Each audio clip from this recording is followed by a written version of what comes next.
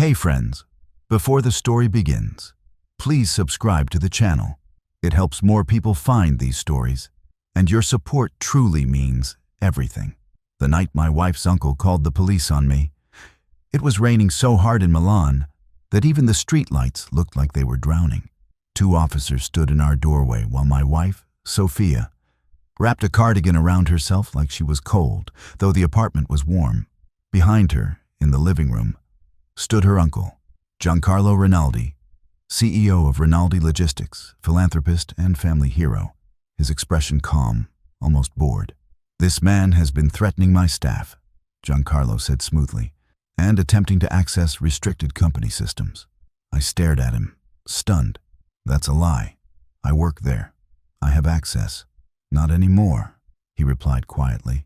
"The officers asked me to step outside." Sofia didn't say a word. That silence hurt more than the accusation. I spent the night at a friend's place, shaking with rage and disbelief. By morning, HR had sent a termination email citing security concerns. My company email was locked, my building pass deactivated. And just like that, I went from trusted operations manager to criminal in 24 hours. I should have seen it coming. 3 weeks earlier, I had questioned irregularities in fuel procurement contracts. Massive overpayments routed through intermediaries in Eastern Europe. When I raised the issue in a meeting, Giancarlo smiled and told me I was too idealistic for corporate realities. Then he invited me to dinner and toasted to family. Now I understood what that toast had really meant. Sofia finally came to see me 2 days later, at the small apartment of my childhood friend Marco near Navigli. "You embarrassed him," she said quietly. "You made him nervous." "So he called the police?" I asked. "On your husband?" She looked down. "He said it was the only way to protect the company." And you believed him, I thought, but I didn't say it out loud. Instead, I remembered my mother. She had worked in a textile factory in Lombardy for 30 years. When she reported unsafe machinery that later crushed a coworker's hand, management accused her of falsifying reports. She was fired, blacklisted, and died convinced that honesty had ruined our family. I had promised myself I would never let power rewrite the truth again. So I started collecting it. Marco worked in cybersecurity.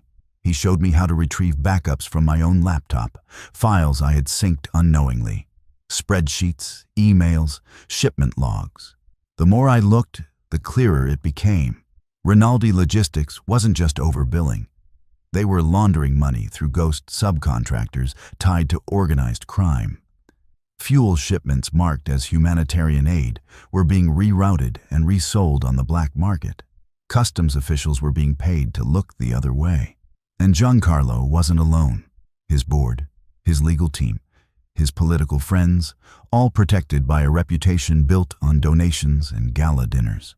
Sofia kept messaging me, asking when I would apologize to her uncle. Apologize?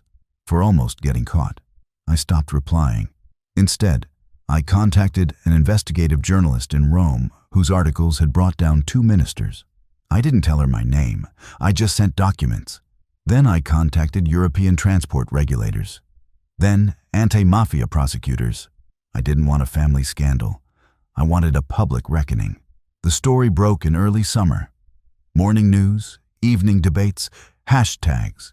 Shocked commentators asking how a company praised for ethical logistics could be so deeply corrupt. Police raided warehouses across northern Italy. Giancarlo was arrested at his office. Sofia called me screaming, crying, accusing me of betrayal, of destroying her family. "Your family destroyed itself," I said. "I just refused to be your scapegoat." She came to see me once after that. She looked thinner, older. "They'll take everything," she whispered. "Our house, my future. Do you feel better now?" I hesitated. "I feel like the truth finally has oxygen," I said, "and that matters more than comfort." She left without another word. During the investigation, more stories surfaced.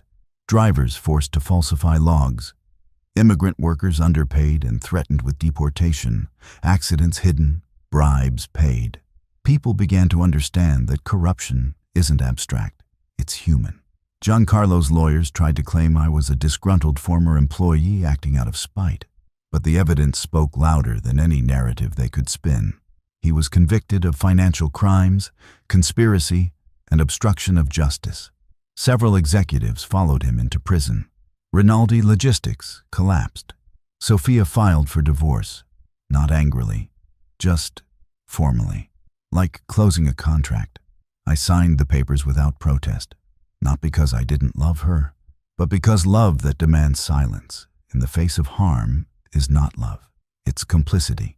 Months later, I visited my mother's grave on her birthday. I told her what had happened, that this time, the powerful man didn't get to rewrite the ending. The wind moved through the cypress trees like a slow, steady breath. For the first time, I felt like the weight she had carried had finally been set down.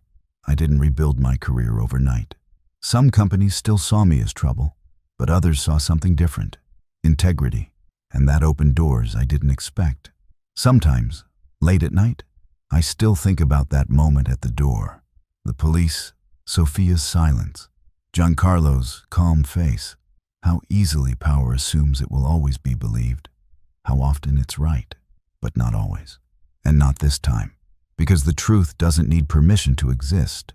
It only needs someone stubborn enough to refuse to let it be buried.